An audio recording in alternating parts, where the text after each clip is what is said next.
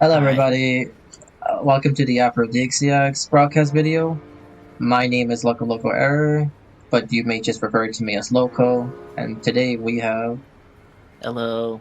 It's me, Gummy. 5798. What up? And you also have Kirohan to be joining in for today's episode. Hello, and thank you for having me. Holy guacamole. Okay, let's not get off topic. Today's broadcast video will be specifically about Undertale. So the question I will be saying to myself and to be once I finish for this question is, what was it like when we first played the game for the very first time? And in my experience with the game, I had a very fun experience. There are some parts of the game where I was having trouble during Hotland, where you had to jump on these arrows, this like the arrow keys, and they had to like lift you to the next parts, and so on and so forth. Before what was it again? Before you met those two guys that really love each other a lot, the armor dudes, whatever those ones. Oh, the cute guys. Oh yeah. Yeah, I remember those. But yeah, for me, Undertale was like a very fun game. There was like a lot of memorable things I remember, and so on and so forth. Yeah. You see, I never struggled with any part of the game because I'm just active. Oh, okay, buddy. But what are you talking about? I first try everything. But was it Undyne's fight? Undyne's fight was really hard for me. I've also only done the pacifist route, by the way. Oh, same over here. But yeah, I've seen people do the genocide route, and I'm like, man, I feel. I tried to do it once, and I was like, I feel bad.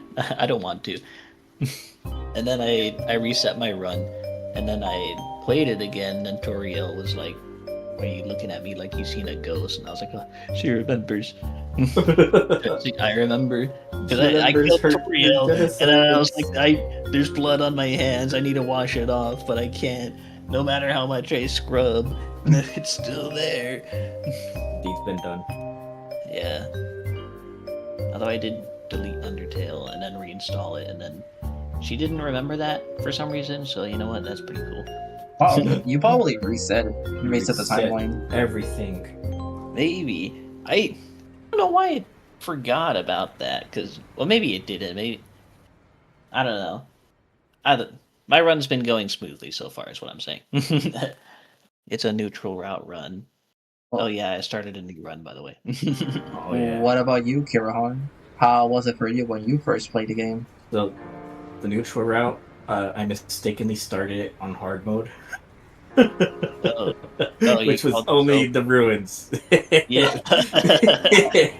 Hardcore. If you've never done hard mode, it's kind of an April Fool's kind of update, because Toby Fox was eventually going to implement a hard mode. He never did it. He only did like the first bit, which for the ruins, and then after that, it gives you like a little splash screen that's like, that's all for hard mode for now. He never finished it. Probably because he was prioritizing Deltron. But yeah, I did that and then realized that I just wasted my time, and I just went back to the neutral route. It took me quite some time. I'm not good with bullet hell games, so learning the dodge patterns the bullet patterns was really hard. Fighting Omega Flowey was almost my wit's end. I was gonna uninstall the game. I don't know how I did it, but I managed to win. And then in the pacifist run, Asriel was the worst thing ever, and I don't know how, but I made it. I remember Asriel. I forgot about that entirely until you just mentioned it right now. It was a trip, I'll tell you that. God. But for the hard mode route, you have to like name yourself Frisk or Kara. Frisk. Name yourself Frisk. I bet it was Frisk specifically. Yeah. Not even sure how you did that in the first place. Like, I did it on purpose. Like, I named myself Frisk. Okay. I'll try the hard route, but I didn't realize that I was wasting my time. Was the enemies that hard when you do hardcore mode? I mean, I already suck with the base game, so it was kind of, I didn't feel too much of a difference because I I struggle. You want me to say? Can I say something like really weird? Yes. What is it? But ironically, I think Undertale is like a little harder than Touhou. Huh. I'm gonna take your word for it. Because Touhou, I want to say the thing with Touhou is that it floods your screen with bullets, right? But at the same time, you have more space to move around, I guess. And one thing I noticed when I was playing Undertale again is there's, you're confined to a little space, and I guess that allows the developers to, be a little more creative with their bullet patterns. I suppose that's true. And then have them be simpler and harder at the same time. You get it. It rains down hell, and it's not fun. There is something I forgot to mention. I for some reason I literally just forgot to mention. For during my Undertale, I have seen other gameplays, but specifically Jacksepticeye, because he was the first one I watched before I actually did play on my own. So when I actually did play on my own during New Tutorial, it was a very interesting one. But I do remember dying a lot to Omega Flowey. That was not fun. Over and over again, and him taunting the hell out of me because I kept dying, especially Asgore. Oh my moly, that was not fun. That was. It's one thing watching someone else play it on the internet, playing the games that you like, versus playing on your own, because it's a very different experience. That's all I can say for that part. Yeah, oh my. I know sometimes you see someone do something, and you're like, that shit looks easy, and then you do it yourself. It's like, oh. And then you see why they were suffering. And then Pacifist, it made me reset. No, not me. Reset from the beginning and maybe do something very specific that I couldn't done on Neutral Realm because it doesn't tell you. The game doesn't straight up tell you until the very end. Actually, I think you're a good guy and not an asshole. So let me give you some advice, and tells me the advice, and I had to do that till super later during the game. The Azrael's fights on his hyper, what was it? The hyper god dev form. I literally forgot what form it was because he named it, but I just don't remember what was it called. No, that's exactly what it's called. Yeah. Hyper god dev. That's what he called himself. Yeah, he's a little edgy child. Corpse. And then sorry. I was very curious about genocide routes, how it works, so I reset the timeline to do the genocide route. So okay, let's see how bad I am. Let's see how bad could it possibly be. And I was like, wait, I don't even know how to start the other genocide route. So I'm like, okay, let me go Google, typing everything in, and what was it? They told me that I had to go in the same area for a whole ass hour to kill every single enemy by killing the same enemies over and over again until they all got eradicated. Yeah. And then I killed the heck out of Torio, yeah. Oh man. And then I gotta do the exact same thing as Snowden, and then kill the hell out of Papyrus. And then Waterfall, the same thing, kill everyone, and then I kill the hell out of Undyne? It's Undyne? Yeah. You go. Okay. Sorry, I don't want to. No, it's fine. For Undyne, she was actually difficult. I thought I was gonna straight up kill her in one hit, even though I seen videos about it. For some reason, my mind completely forgot about it. And she made me run for my money. That was not pleasant. I actually died. It was a specific for mechanic towards the very end where her arrows, I guess, were going at you and then go on this opposite direction and then going back to the same direction over and over again. And I couldn't dodge it because she was spamming the fuck out of it because she doesn't want to die. But I really, really want to kill her to progress to the next part to Howland. You may kill me a lot, but I'm pretty sure I'm gonna win in the end because I'm the main character. And then I kill her. And then Howland was the longest because Howland has the most enemies you have to kill. And every time I kill the enemy, I will go to the specific save point. It says 58 enemies left, 57 enemies remaining, 50 enemies remaining, and I keep doing it until I finish it. And I think I actually quit. I actually stopped playing Genocide Route, and I was like, no, I don't want to fight Sans. I don't want to fight him. I really did not want to fight him.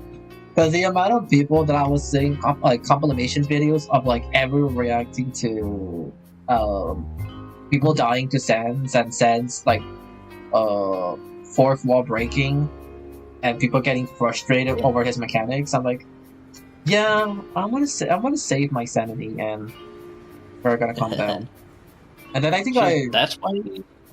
Oh, that's why you aborted your Genocide Route. Yeah, because I did not want to fight Sans, but I want to like try out the Genocide Route. See, I actually did really want to fight Sans. That's why I started my Genocide Route. But okay, something that makes the Genocide Route not very fun is I was playing Deltarune the other day, and then switching to Undertale, it's like, whoa, this is like such a beta. The one thing that really made it feel like, oh, this is kind of outdated is like there's so many random encounters. I just want to walk around and have a good time and do all the little puzzles, interact with the world, and then all of a sudden, oops, you're in a battle. Yeah, I think that is a mechanic that has plagued people for decades. So yeah, because like Pokemon was, for example, when I started playing Pokemon again recently, and I just hated every second of it because it was just random encounter after random encounter. I was already low HP, and it was the worst thing ever. It was just like, dude, people actually enjoy this, but it's fine. I mean, everyone has their own like specific likes and dislikes. Random encounters were never really my thing, so playing through Undertale and Deltarune is a chore for me sometimes. So I had to take breaks, but I still enjoyed the overall story. Have you ever done where, like, you know how like reset from the beginning and do all over again, right? For like Pacific Route or Genocide Route, or even Neutral itself, once you play the game multiple times. Do you ever, when you fight the enemy and you're like, I really don't want to spare you, but I really don't want to kill you because I gotta keep my passive route going, so you just flee from the battle? I don't really recall any battles like I struggled hard with like that. It's not necessarily like it's hard, it's just you don't want to deal with it. Like, I'm too lazy and I don't really want to fight you. Yeah, I feel like that's just a mood you get into after like playing for a while. It's like, I don't want to deal with that guy. That guy kind of sucks. So is it just a new thing? I will say, there's one thing that Undertale has that's better than Deltarune. It's the ability to get the fuck out of there. The run, I missed the run so badly. Oh my god. Oh yeah. There's no fleet in Deltarune. There's no run in Deltarune. Yeah, there isn't. Huh. I never knew. I guess. I wonder if it's because the encounters aren't random in Deltarune. That is true. Like, if you run away from the enemy, what's going to happen? Is it just going to spawn like right on top of you? You're going to get some invincibility frames. I guess they could do that, but well, yeah. Before I move on to the next question, I was supposed to say this at the very beginning of the introduction. But during the video, as you notice, Tim_Traveler, it's not in with us, so it's gonna be the very first time where he's not here. So give it up for Tim_Traveler for not being here for the very first time on a broadcast. Clapping. Traveler is no longer with us. Insert the clap sound effect. Insert clap sound effect. We can like edit this back into the beginning of the thing, right? Yeah, basically. But it's just our intro was so bad. We could probably just like reshoot it and then tell Traveler to. I'm a little tempted to do that. And anyways, you guys can redo your intro all you want. I did mine perfect. No, it's like I didn't mean. We'll take another look at it. Okay, anyways, we're gonna go back to the video. Okay. Back on topic. Wait, you actually want to like restart this whole thing and start again with not the whole thing? Like we'll just cut out the intro, replace it with a fresh one, and then. you know. Okay, sure. Well, I guess we could do that. Okay. Anyways, the second question I have for all of us for this: how did we find out about the game? You want to start first, or you want me to start first? What did I? I think for me, it was just like I used to be subscribed to Jacksepticeye, and I just saw him play a random game. I was like, oh, Undertale, that looks cool.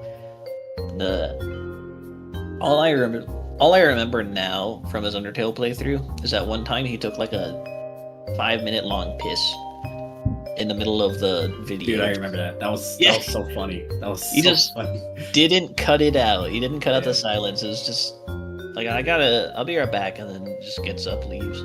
Oh yeah, 5 minutes of silence. I've seen that video. It was so funny. It's actually, for some reason, he didn't edit it out of his going to the restroom. I don't even know how long it was, but if I remember correctly, it was a pretty long video of not being there in the video. Yeah, well, the video itself was like an hour long, but that's not what you're talking about. I think that's what we're talking about. Yeah. I hope you are, but yeah. Well, how did you find out about Undertale then? Was it the same thing, or me? Yeah, you. Well, no, actually, I found out earlier than Jacksepticeye.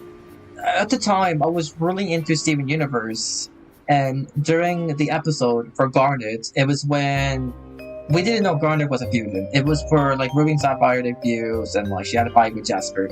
But it was specifically the song called "Stronger Than You," and I love that song. And then one time, I was at my grandmother's house using my tablet. I was just scrolling through YouTube before TikTok was a thing, by the way. I was just scrolling through YouTube, and I believe there was a recommendations for Sans specifically, but I have no idea what the hell that skeleton is. But it was a parody of "Stronger Than You," but you know, Sans singing it. So I'm like, ooh, this sounds interesting. Let me watch it. And then when I watch it, I have no idea what's it called? Like, what was the point of like the whole him being mad of this random kid that looks like Dora the Explorer? I was like, weird. And then after I finished the video, I actually like it, and I searched up Undertale. Like, okay, calculations. What is Undertale? Or I think it's just like Undertale on YouTube. And I think ever since then, I keep seeing comics and then comics, or like fan-made comics of Undertale, and I got me like really invested in Undertale. And about later on, I eventually found Jacksepticeye and stumbled across his videos about Undertale, and I watched like every single one of them. For when Jacksepticeye was playing Undertale for Neutral, Pacifist, and Genocide rounds. Yeah. And dude. You know, those videos are like pretty fun, and it's awesome like watching people play it for the first time. But one thing that kind of sucks about those videos is you know, they record their video, then they upload it, and then you know, they go to read the comments, and then they're like, oh, you're not supposed to kill people. Oh, you gotta kill everyone. Oh, dude, yeah, when they backseat game, like, come on. Oh my god. Before we could play it like this. Play it my way now. The viewer dictate. Before it's not how you're supposed to be playing it. Like, bro, calm down. Before we continue on that, Kirohan, you want to tell us how you found out about the game? I found out through my friends. Way back when I had nothing but online friends. They were talking about Undertale a lot, and like, oh, this looks interesting. Like, I looked into it, like, oh, this looks pretty good. And I saw Jacksepticeye play, and I was already subbed to him when he started doing his playthroughs. You know, I think halfway through his neutral run, that's when that Stronger Than You parody came out, I'm pretty sure. But yeah, I discovered it through my friends. I'm like, you know what? I'm gonna try this out. After I saw him do Pacifist. So I tried playing it.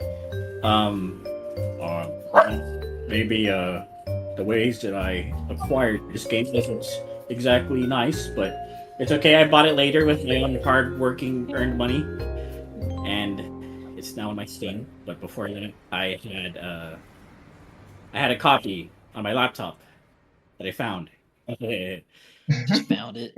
Yeah, I didn't mess up my computer, thank God. Okay. Anyways, That actually happened for me the same thing when I play Undertale for the first time. yeah. It was on my Like, Windows 7 also. What an interesting time for sure. So Yeah. I didn't really get far in my first playthrough. I stopped right before not Omega Fly. I stopped before beating Undyne because I couldn't beat Undyne. Dude, Undyne was such a difficulty spike in that game. I know. Why is it so hard? This is the moment in the game that separates boys from men. And then you realize that once you finish Undyne, you gotta have to fight Sans, which is like, in my opinion, way harder than her. What? No, not the neutral run. Oh, the neutral I'm run. talking about neutral run. Sorry, I thought you meant Undyne, dude, Genocide. Yeah, the neutral run, I she never was. did Genocide. She was so pretty. I watched my friend do Genocide, and I was so hyped when I saw him actually beat Genocide Sans, dude. We were in the VC like every day watching him try to beat Sans, and he just kept rage quitting. And then one night he finally did it. Everyone was screaming. Oh, those are the nights though. Like when someone's just grinding on some shit. It's like I'm gonna do it. Keep failing over and over. Then they eventually so hype. it was really good. Those are some chill times in BC. So, back to the earlier conversation we were having about being a backseater and telling people like, you should have done this. Like, why did you listen to me? Don't kill people. Yeah. I could have sworn I remember from Markiplier specifically that when he was playing the game for the first time, like everyone else, he seemed so uninterested as heck. And I think he was only playing that because people were just telling him to play it. So he's like, "Well, I guess I'll play it." And everybody hated him for doing that. Like nobody likes when Markiplier was doing about the whole just playing the game, and that was it. Yeah, that's a little sad to hear because I remember watching some of my favorite streamers playing like Ultra Kill and then just seeing the chat like backseating them so goddamn hard. Like, you're not doing the Ultra Split Shitter 3000. It's like, what the fuck even is that? just let them shoot the fucking bitches, the filths or whatever they're called. They're experiencing the game for the first time. You weren't to God when you started either.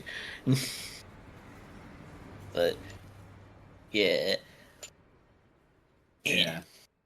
Well, yeah. I remember there's this VTuber called Flare. When she was playing Undertale, she was doing the Genocide route, and then she beat Sans, and she was like, damn, that shit was so fucking cool. She reset her save and then beat him again. What? What kind of insanity? What? Without saving. Beat Sans again. And then she was like, damn, that was so awesome. I'm going to do it 2 more times. She restarted the save just to beat it again. She sadistically kicked Stan's ass 4 times. Just for fun. That is wow. That is insane, dude. Yeah. I can't even like describe in words on how to even like process any of that information. But it is such a cool fight, though. I'm a little sad I never got to fight him myself, but I've seen it so many times. It's like, it's okay. There's a website where you can just do it. Oh really? yeah, Okay, there is a website for that to do it, like a Sans fighting simulator. Well, I gotta you look up Sans Simulator. It's gonna be called Bad Time Simulator. It's really good. Is that what it's called? Bad Time Simulator? I'm literally. There's practice mode. There's the actual fight. Yeah. They have stuff in there. Okay. Yeah, I just wanted to share that because I thought it was really funny. It's an interesting story for sure. And cannot believe someone was so sadistic on fighting Sans and having enjoyment on killing him over and over again. Hey, it's not the enjoyment of killing him. It's the enjoyment of fighting him.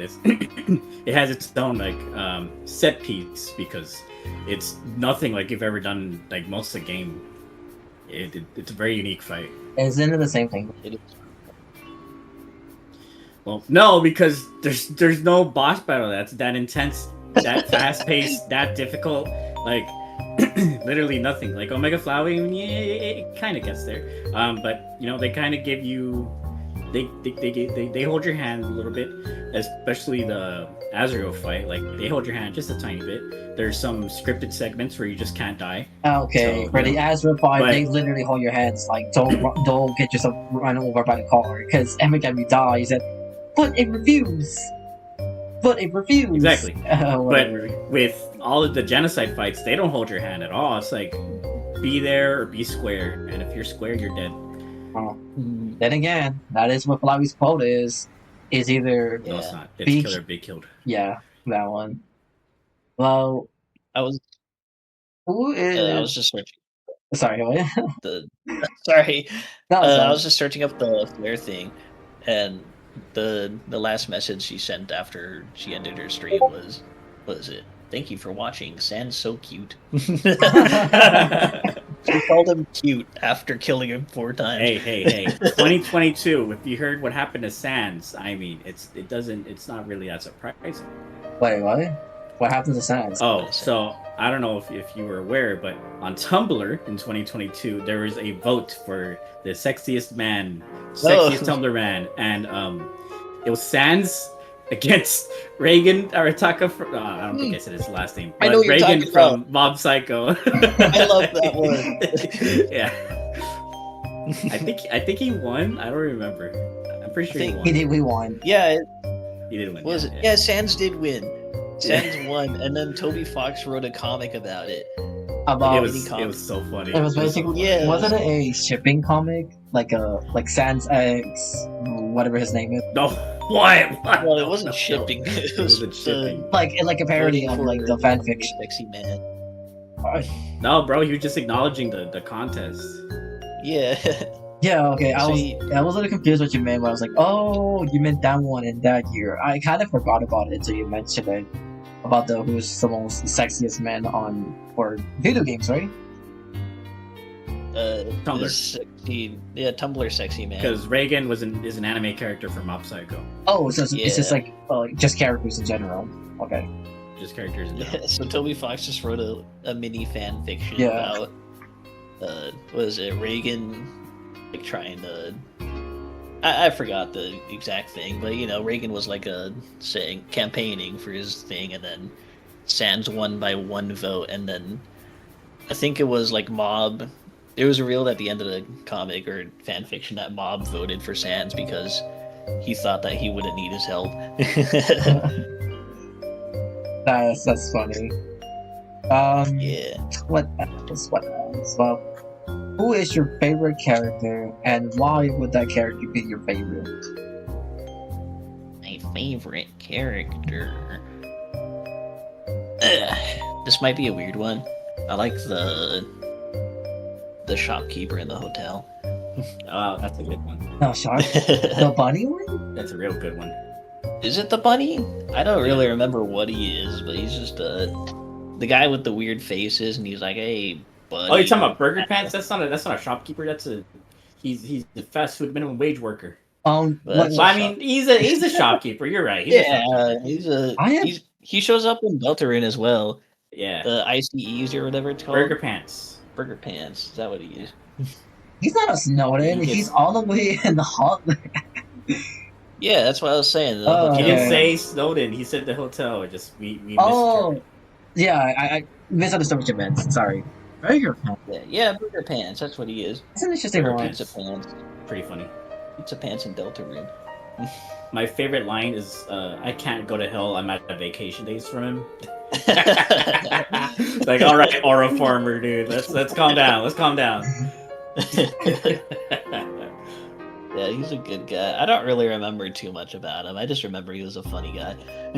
So He wanted to be famous, and then I remember that he got humiliated by the alley girls, Caddy and Bratty, and they called him Burger Pants, so he stuck with the name. I never knew that. That's actually yeah. They humiliated him by it was either pulling his pants down or putting burgers in his pants. I don't remember. Maybe there'll be a reference on screen. That'd be great. I'll try to look for one to give to the editor.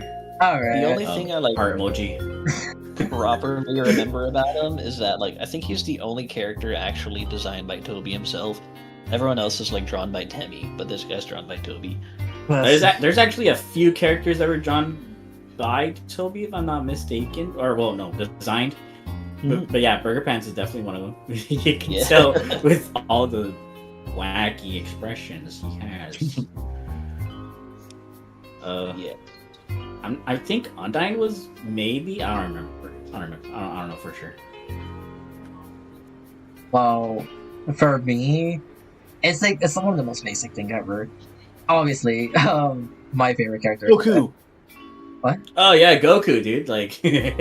No. Sorry, what are we... Let's not get off topic, guys. What do you mean Goku is on Undertale? He's like, hey guys. Yeah, he's in my version. He walked up to me and said, "Hey, Goku." Yeah. He's like, I heard you're pretty strong. You know? He's in the neutral route. I'm doing it right now. Yeah. Anyways, what I meant is that my favorite character is Sans. Why Sans? Well, at the same time where I listened to his Stronger Than You version, I kept saying Sans everywhere in every single comic dub I have ever seen of him, especially the alternative universes of him. I'm like, interesting. Did not know people were that creative of having 1 million versions of him with different outcomes. And there are some comics fan made that I like from Undertale. It hasn't necessarily to do anything with lore wise. It's just there's so much information about Sans, whether it's factual or not, that I end up like liking the guy as a character, because he's like one of the most interesting ones that I read about, especially game theory with the whole Sans. I think guys, I think Sans is Ness, and make a whole as theory about it. And I didn't know who Ness was because I never heard about that game before, all those years ago. And people did not like him for that, too. You know, make fun of that video all you want. It's crazy how many stuff he actually got right in it. Well, besides the obvious, Change is Ness. But it's crazy because, like, I don't know if he. I'm pretty sure he like wrote his actual scripts and theories back then, because that was before he had a bigger team that he did before he left, to the point where like he handed off. Well, anyways, he had a lot of things right. That was pretty on the nose. What you ask? I don't know. Look at the video. But it was crazy how accurate he got some of the theories to be correct. Nice. I remember. Yeah. Oh, sorry. Were you still going? Nah, you're good. I was done. Okay. Back during those days, I was an Earthbound fan, and everyone who knew it would always say, that's like all people would do to me. It's like, you know, when I watched that video, I was actually, oh yeah, that sounds kind of cool. I just kind of passively watched his videos without thinking too hard about it. Indeed. Back when that video came out, I only knew of Ness through Smash Bros, and that's because I played Brawl, which good game. Anyways, so when I heard his theory, I thought he was full of shit for that. For that one. For the most part, I thought he was full of shit. I mean, it's a very insane claim to make, and well, I mean, obviously now it's wrong, but you know, obviously. But kudos to him for, you know, releasing something that outlandish, because he stood on business and he did not hesitate. He didn't stutter. He released that shit with full. Who's he pulling? Full confidence, and it was astonishing. Like, I don't think I could ever be so confident in being wrong. But yeah, no, kudos to him for doing that. Well, glad he's making the difference nowadays. Anyways, well, you didn't really answer the Oh. question, Kirohan. What is your favorite what was the character? question? And Undertale? Well, you didn't. You were just going on a topic, man. I was gonna go to my favorite character. Anyways, my favorite character to this day, I'm stuck between freaking. Oh my god, I can't remember the name. Well, okay, I'll give you the second name. The second name's Papyrus, obviously. Papyrus is hilarious. You can't be a fan of Sans without being a fan of Papyrus. It's like Mario and Luigi. They're brothers. I agree. Short and tall. Literally. Look. Literally. But because like part of his Sans ain't no comedian, but part of his stand-up is having an audience, and the fact that Papyrus is such a good like has such good reactions to Sans's jokes. It's just it really ties it together. It's like peanut butter and jelly. You can't have a peanut butter and jelly sandwich without either, you know. I mean, you could, it's just your preference, but usually when you think PB&J, you think, oh yeah, it has to be peanut butter and jelly, not peanut butter and jam. What the frick is jam? Anyways. Actually, I like to have peanut butter and honey sandwiches. Alright, well, at least you didn't say freaking marmalade. I was about to... There's peanut butter and marmalade. Marmalade. Alright, being different, be different. One thing for sure is that Sans love rage baiting his brother so much. Every time he makes a pun, he says it right in front of his face to Papyrus. Like, the amount of jokes that I hear this guy says a lot is as surmountable a lot. He always gets mad. Every time he always gets mad. You agree, right? No, because he actually enjoys some of the jokes. True, but like when you first see them together, it's literally Papyrus complaining to Sans, like, why are you joking at a time like this? Right. Did he say that? But I feel like I feel like he said something about like his annoyance of the puns. But secretly, he does love puns. But doesn't like to admit it. I actually recorded the footage that may or may not be playing right now. Oh, that's true. Yeah. So, I recorded it literally like a few hours before this stream, and something I noticed, like, well, it might be silly to say, but like something I noticed is that Papyrus is not in Deltarune. he's not. He is crazily not in Deltarune at all. I know. Far. Like there are references to him, but he's like not there. But I mean, sorry, go ahead. It was so interesting meeting Papyrus, because it's like, who is this guy? Waluigi? But like, you know, having gone from Deltarune and, you know, being around that hype train for a while and then playing Undertale again, it's like, well, this is a fucking guy. This is like a style of humor that you don't really find in a Deltarune. Because it's just so different. You know? Yeah. I guess if anything, he's kind of similar to Rule's card. You know? That is true. They do love puzzles. They're pretty similar to each other. But I would say Papyrus is a little cooler. And smarter. And he is down to like joke around. I don't know where this came from, but down a con round. Oh, I see what you did there.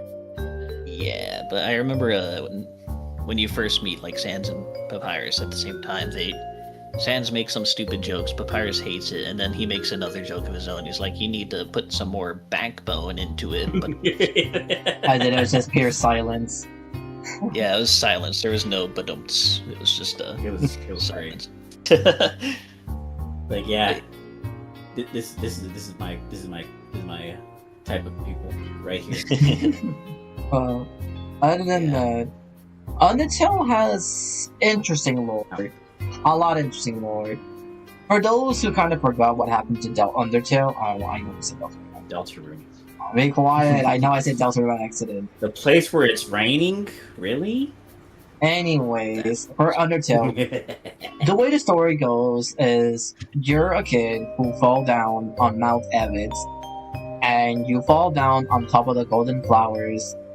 You got out of the place and see the very first monster you ever see in the entire underground is Flowey the Flower. He tried to give you false information about security and lying to you about the whole, I'm actually not gonna kill you. My pallets are pretty friendly. Do you actually, know that if you dodge Flowey's bullets, he starts to get irritated? Like every time you keep dodging it. So, yeah, he does that. Like so much. I usually just get hit by it, so it goes by quicker. But yeah, like so much that if you keep dodging, Flowey, he actually just straight up just stops trying to give it to you and just hit you immediately. Unless I misremember, but I could have sworn that was it. And then after that, you see Toriel, and she's like the person that takes care of ruins. Like she's like she owns the place, I guess. Yeah. You explore around the ruins, and you eventually have to fight her. And at first, Toriel did not want to fight you. Like she's trying to prevent you from going because she doesn't want any other kids dying. Because so far, Chris, the character you play as, or is the last human soul that they need to break out of underground to go to the surface. After you spare her, Toriel just warned you to be very cautious and careful on that score. After that, you go to Snowden for the first time, and as you walk... Where? I was just wondering what where are we going with this? Oh no, but more like caught up with the story. That's the reason why I'm saying this before we come up with theories and whatnot. After that, Yumi sends, and sends like, hi, my name's Sam Skeleton, blah blah blah, shakes your hands, and after that, sends out you to go high in a conveniently shaped size of your height and go behind that lamp for some reason. I don't know how that's possible. It probably shows up. I will have you know, it's not just the size, it's also the shape. A conveniently shaped and sized lamp that looks just like you. I forgot. Okay. Well, thanks for reminding me. After that, you after the bonus live. Oh, what? Can I go back to Toriel a little bit? I want to talk about it. Oh shit! What about Toriel that you want to talk about her? Yeah, when I was fighting Toriel, well, I guess another difference between Deltarune and Undertale is that Deltarune has the mercy meter, you know, where you spare guy and it's 33%. You don't really have that in Undertale, and so I guess it kind of makes acting a bit more of a puzzle. But when you fight Toriel, all you can do is check and talk, and then talking doesn't do anything. So I thought, I guess you do actually have to fight her a little bit. So I fought her, and then nothing was changing, and I was like, okay, well, her name isn't yellow, so I'm going to try sparing her, and that's what you actually have to do. But I thought that was, really interesting, that, the solution isn't to act, or isn't to, I guess, increase her spare meter, or hypothetical spare meter. That is a one unique thing that Toby Fox does for both Undertale and Deltarune, is that each character have a unique way to spare. Sometimes, for some enemies, you need to go to the axe and say something very specific towards them. It can literally be random, and it can just work. Some will take faster depending if you do it correctly. If you did it wrong, it will take you a bit to finally spare the monster for you to progress the game. Yeah, I remember I was fighting the greater dog, and it doesn't really show you what to do. You're just given a bunch of options. So sparing the greater dog is a little bit of a puzzle, but once you learn that you have to beckon him first, it kind of guides you through the act choices they have to pick next in order to spare him. Mm-hmm. So it's wait, you have to beckon him first, and then you have to pet him, then you have to play with him, and then you have to ignore him until he eventually runs away. Well, the background of what I was saying for the lore, like at least like to get you guys to caught up before we say anything after I finish this. For the lore, what was I saying? Yeah, after you met up with Sans and Papyrus, you explore Snowden, and you have to fight Papyrus. Papyrus says he wants to capture you so that he can become the royal guard, because it's one of his inspiration, because Undyne was his inspiration. Like, ooh, she's captain of the royal guard, and I want to work for the royal guard. So he starts getting like, he just wants to be a part of the team with her because it's his inspiration, I guess you could say. I thought you were saying Undyne was inspired by Papyrus, which I was like, what? Sorry, I got it wrong. And after that would be an interesting plot line. True. Sorry, I meant to say that instead. Like the whole, yeah. And then you fight him. All you do is just spare him, just spam the hell out of the spare button until he's like, "Good." Guess you could say you spam a ton. Right. Okay. Interesting. Just cut to the credits. What else? After that, Papyrus asks you out on a date, and then you go on a date with Papyrus, and like liking his spaghetti and saying that his clothes was very epic and very cool.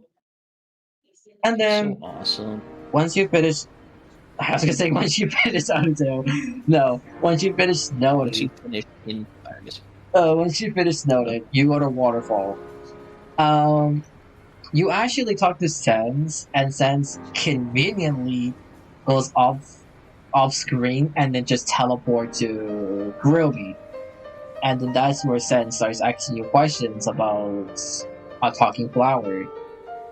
And he was telling us, the player, or the viewers, I guess, that he noticed that there's this peculiar flower that talks to Papyrus about information that seems illogical or nonsense, I guess you could say. And Papyrus was eating that shit. He was eating that shit. I was like, woo, talking flower? Wow, I love this information you're telling me with flower. You make it sound like he's a bad influence. Like, don't talk to the problem child. You know, he's gonna tell you things you don't want to know. Yeah, I think that's basically what it was. I think he was just telling, I don't remember that at all. Sans. Yeah, it's when Sans takes you to Grilby's, like. Yeah, because he was in. You know how Sans has multiple jobs. Yeah, he does things everywhere. Yeah, he works literally everywhere. And he was basically selling hot dogs still in Waterfall. Like, as soon as you enter Waterfall and you talk to Sans, and then that's where, the whole he teleports to Grilby's and you talk with him and whatnot. And that's the whole conversation between Frisk and Sans, where he was just asking, do you know a talking flower? And you have the option to doing yes or no. You press yes, and then that's where Sans starts telling you about this weird talking flower that talks to his brother Papyrus. Mm-hmm. And towards the end, he was saying to be careful of this flower because he may not seem to be, kind and whatnot. He may be as pretty a flower as you think. Probably delicious. After that, you guys finish talking and you guys finish hanging out, and then you go back to Waterfall, and then you explore. Papyrus tells Undyne, it's like, hey, maybe we shouldn't kill this human. This human seems very nice, because obviously I'm not dead. And then it's like, actually, this happens, in the pacifist run, in the neutral run. Undyne doesn't think that. Really? But I could have sworn in the neutral run that you go to this very tall grass and Undyne noticed something. And then that's where Papyrus walk in. No, okay. Because you said Undyne told Papyrus that maybe we shouldn't kill the human, but no, Papyrus was telling Undyne. Worded it. Okay, I need to word it, work on my wording. What I meant to say was that when you walk into this very tall, convenient grass, Undyne noticed something, and then that's when Papyrus starts to show up saying, like, hey, Undyne, maybe this human is not that bad. They seem to be chill. And then it's like, I don't care. They're the only human left, and I want them dead. Too bad, too sad. And then she left, and Pepper was like, damn, that didn't work. Let me try it again 30 minutes later. You explore Waterfall, and throughout Waterfall, Undyne was on your ass. She was literally chasing the hell out of you the entire region of Waterfall. She wants you dead forever, permanently. And once you do find her, she was just saying about her dialogue about how that we monsters have been stuck underground for I don't know how long. I'm just gonna say forever. They've been stuck there forever, and you're the last human that we need to break out of the underground to go to the surface. And then she starts fighting you. And then for some reason, Papyrus called Frisk in the middle of one night's fight. And then Undyne started chasing you because she realized Papyrus calling you for some reason.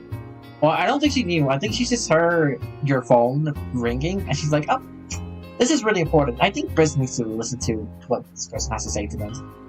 And then Papyrus was just... want to go to the surface? Oh, what? Why do they want to go to the surface?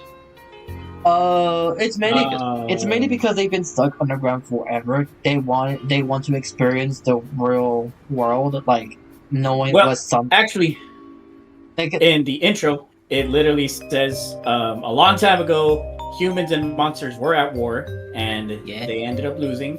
And because they lost, the humans, with all their mages, they sealed the monsters back into the underground. So the reason the monsters want to go back to the surface is because of that.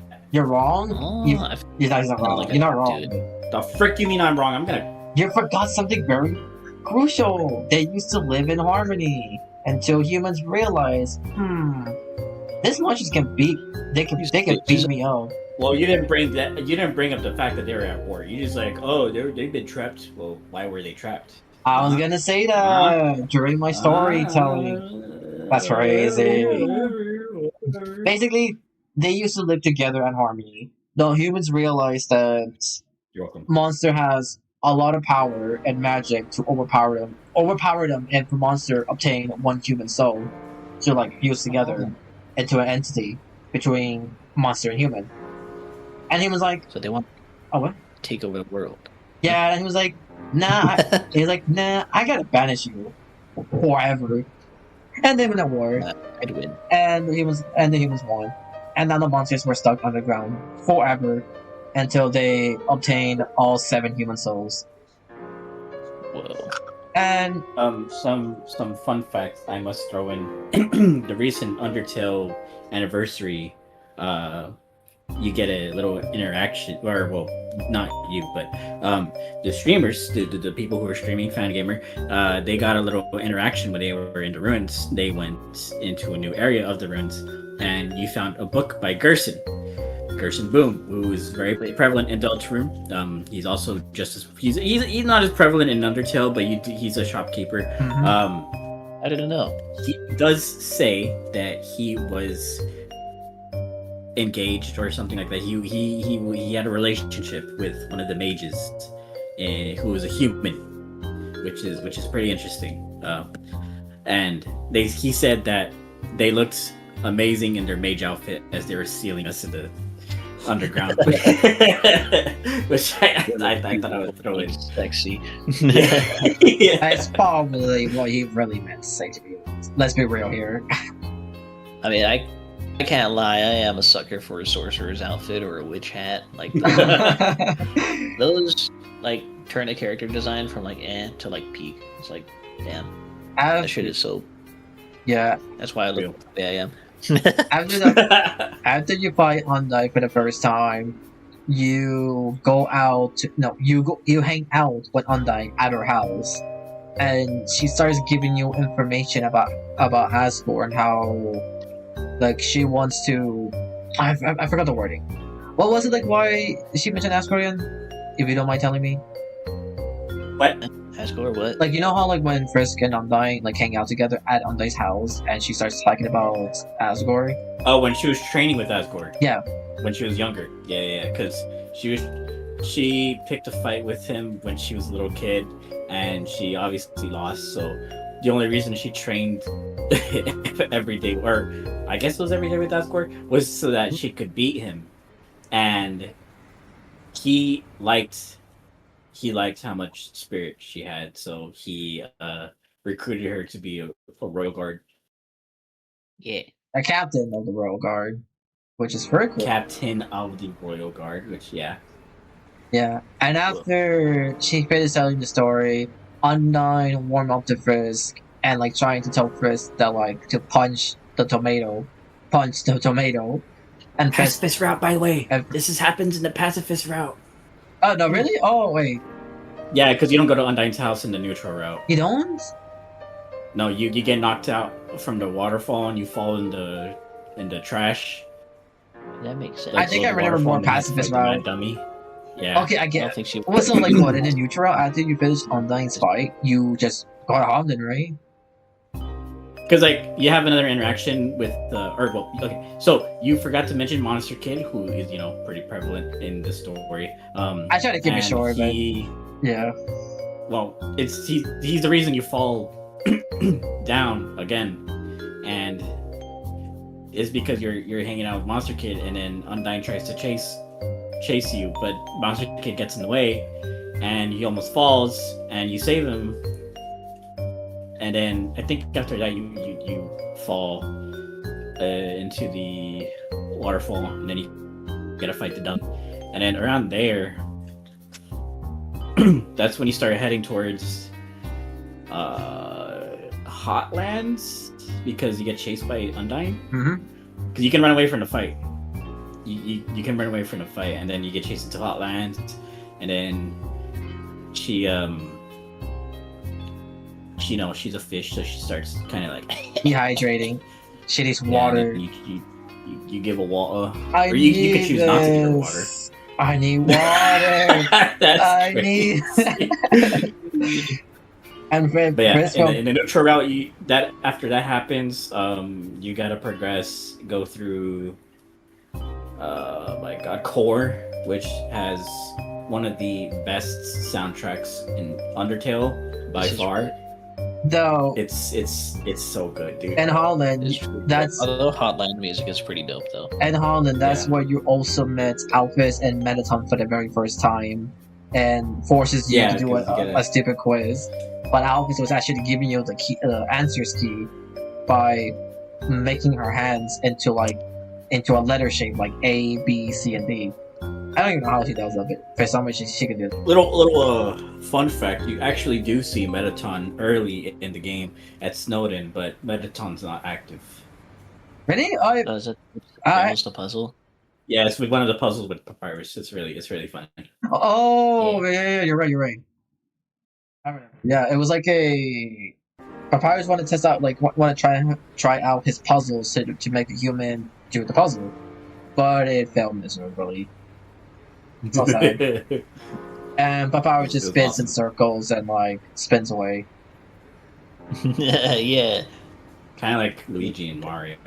They have a spin jump if you just put the input. Kind of circles around, probably dies. Other than you just progress normally through the neutral route for Hotland. You do fight a spider creature called Muffet. Right? That's sitting in neutral route and pacifist route. The same thing, right? Nothing too soon. Yeah, Muffet ended up being a what was it called? What was it? Donation Kickstarter supporter thing. Yeah, Kickstarter. She ended up being a Kickstarter OC, which I had no idea. Originally, I thought she fit in just as well, but now I look at Undertale, I'm like, huh? You can kind of tell. Well, what we meant by that, at the very beginning in Ruins, before you actually buy Toriel, there's a specific place where there's there's these spider creatures that are selling. Spider bakery sale. Yeah, they're selling stuff cinnamon. What was it? Spider cider. They're selling weed brownies. Yeah, like an item called spider cider, which is like a healing item. And if you never use that item during the game, you can actually save it where by the time you go up to the Muffin fight in Hotman, you can actually just skip her fight entirely and just use the item. And then she starts questioning like, how do you get this item? Do you steal from us?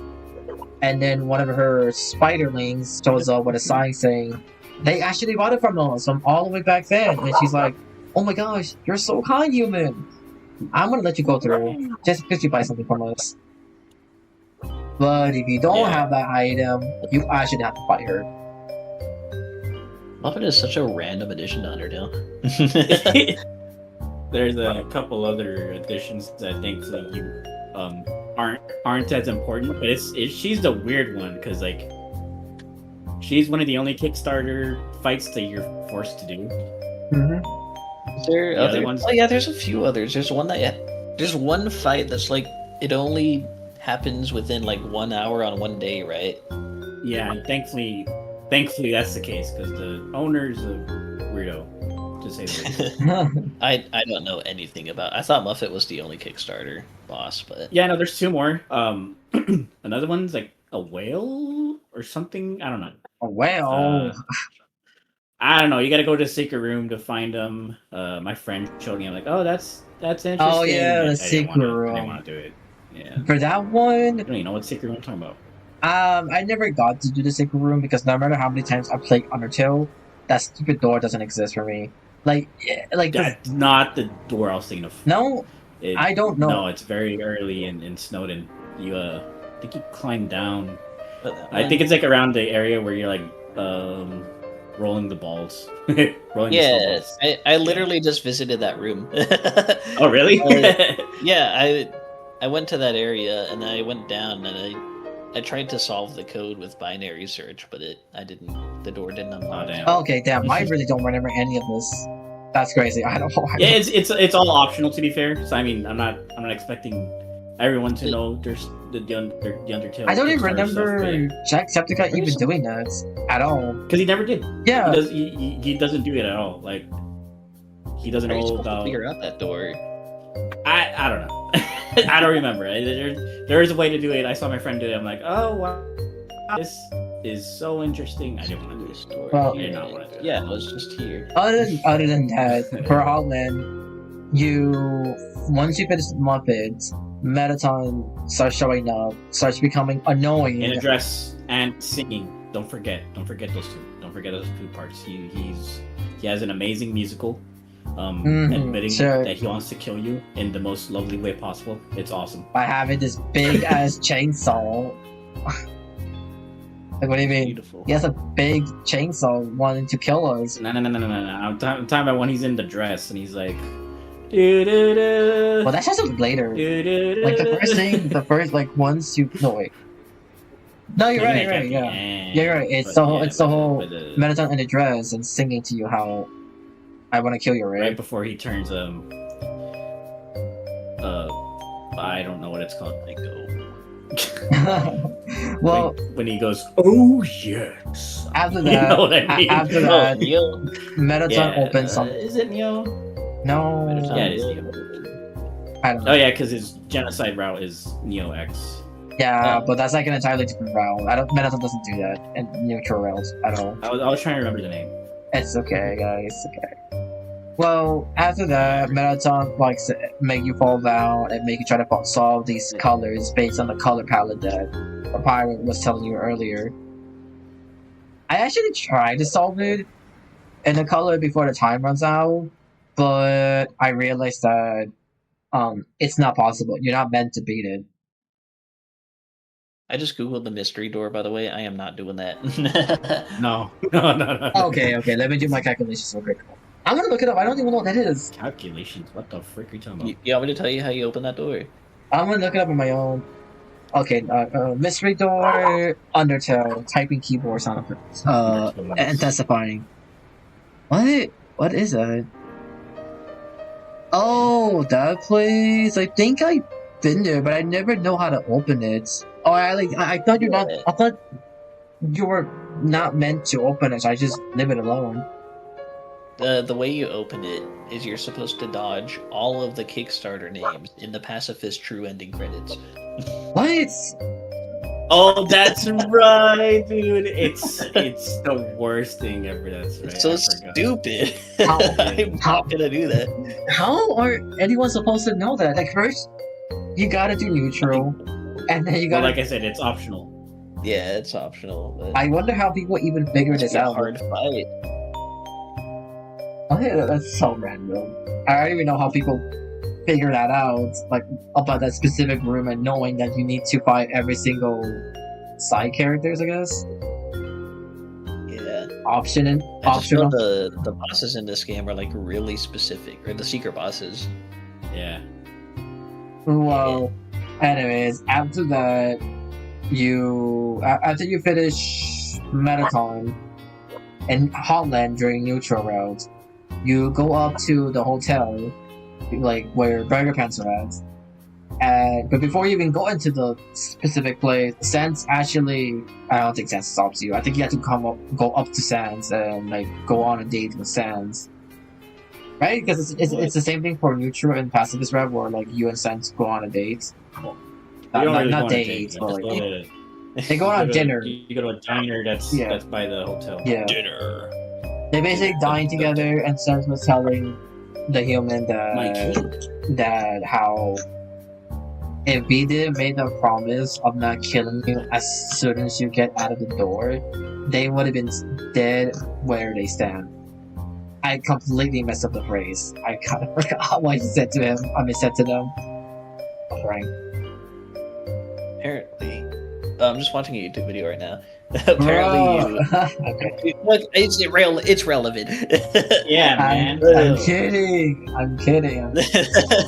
Whatever, bro. We just don't want us to be well informed for the freaking video. I see how it is. The secret boss, the whale secret boss. You don't even open the door.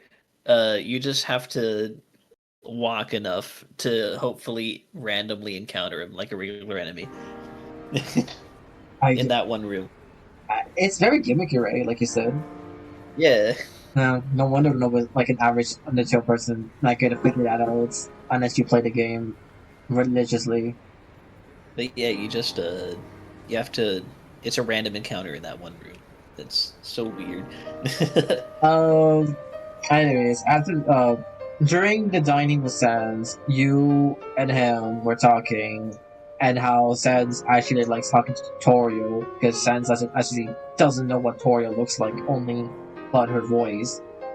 And they were just exchanging like information, telling each other's dumb jokes and silly jokes and whatnot.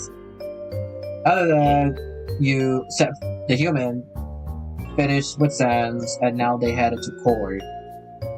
And the human had to fight various creatures throughout court before you fight Metaton for the very first time. And then during Metaton's fight, you have to do like dance to get a higher score rating at like 10,000 points. And then Metaton explodes. Damn. And died. Yeah, very cartoony fashion. Yeah, Metaton died and explodes. And the end. No, I'm kidding. I killed him. And after that, Metaton is not actually dead. Alphys was like, "Oh my gosh, Metaton, what happened?" No. And then Alphys told the human to like continue. But actually, no. I'm actually gonna talk to you, like really warning you about Asgore, because Asgore will kill you and take your soul. Once you go to New Home and pick up the gifts from the real knife and a necklace, like a heart-shaped necklace, they're not enemies. They're like creatures that were telling you about stories about the first human and the king and the queen's son, about their story and how they used to be. In summary, they're just saying that they used to be best friends and how they were always inseparable until the first human drank, right? They drank golden flowers or something like that. They basically drank something. They ingested poisonous things that the human was poisoned to. And the son, the prince, I guess, didn't want them to die, so he absorbs their soul and went to the surface carrying their dead best friend slash brother, I guess.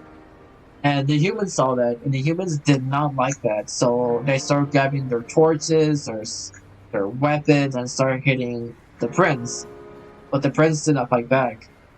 The prince just stays there and took it while walking back to the mountain. And then the prince falls down to the mountain with the human, and the prince end up dying because they took too many damage. Like their HP was basically 0. And while the prince soul disappear and they turn to dust, the human child, the very first one, was just dead on the ground on top of the flowers, the golden flowers. That they were actually kind of poisoned to. It's kind of interesting to say the least, right? Poisonous? Like they were like poisoned to golden flowers or something like that. Weird. Actually, let me look it up before I say any of that. Is Kagura poison? No, not possessing. Poison to golden flowers.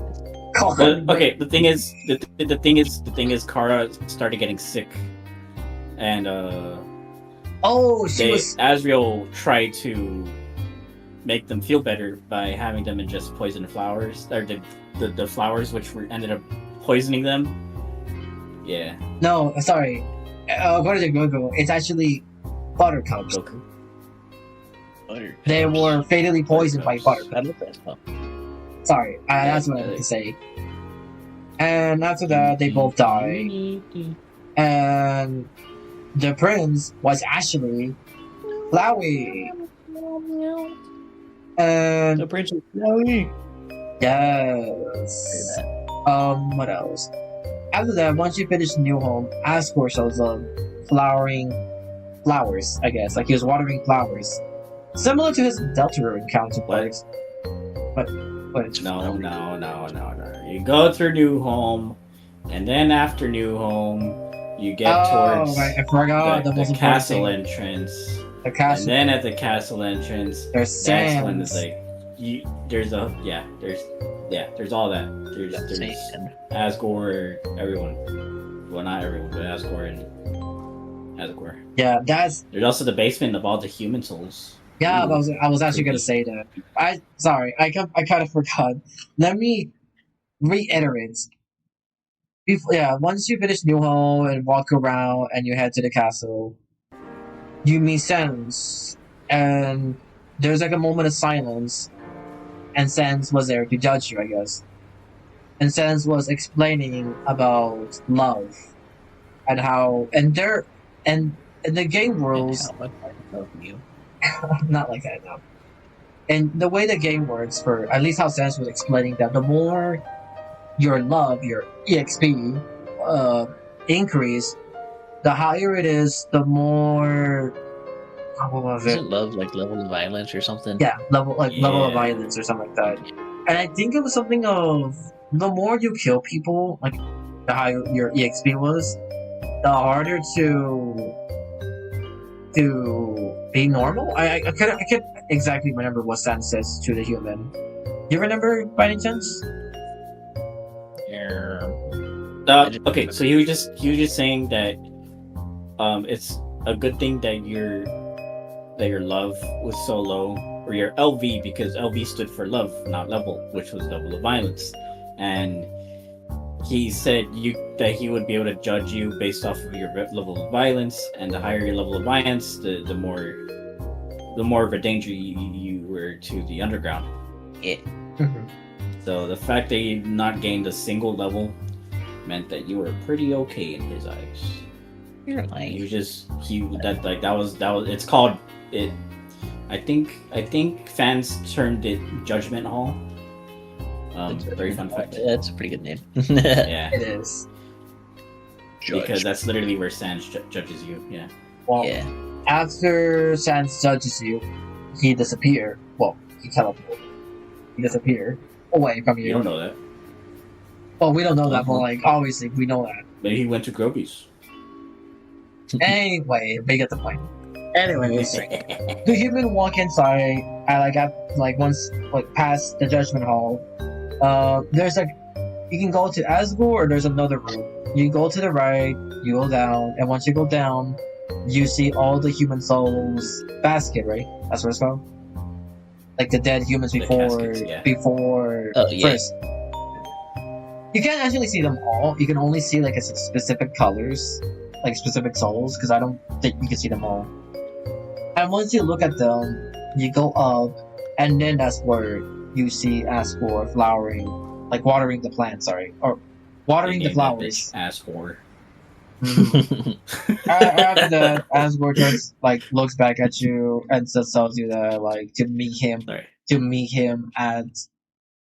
I don't even know what the place is like. I just know that he's telling you to meet him at the place where he has the other souls. So you do. Maybe after school, punk. And it's actually by the barrier. The barrier. They fight by the barrier. Asgore told you to meet him at the barrier. So you did. And Asgore's like, yeah, I know you did all this and survived for so long to the point where you meet me, but I'm gonna have to need your soul and so that we can finally be free. And then after that, there's it was telling you information about Asgore, and then Asgore destroyed the mercy button. It was actually the only one that was able to destroy a singular button. Because I have never seen anyone do that besides Asgore. That is true. Does that imply they can all see it? Dude, that intro, by the way, was pure aura. Pretty hardcore. Pretty goes hard. Yeah. It's Cupid, it was nice to meet you. Goodbye, and then boom, he gets rid of the mercy button. Mm-hmm. Goes so hard, and then it fades, and then boom, he's the fight starts, and it's just the best music ever. It's one of the best songs.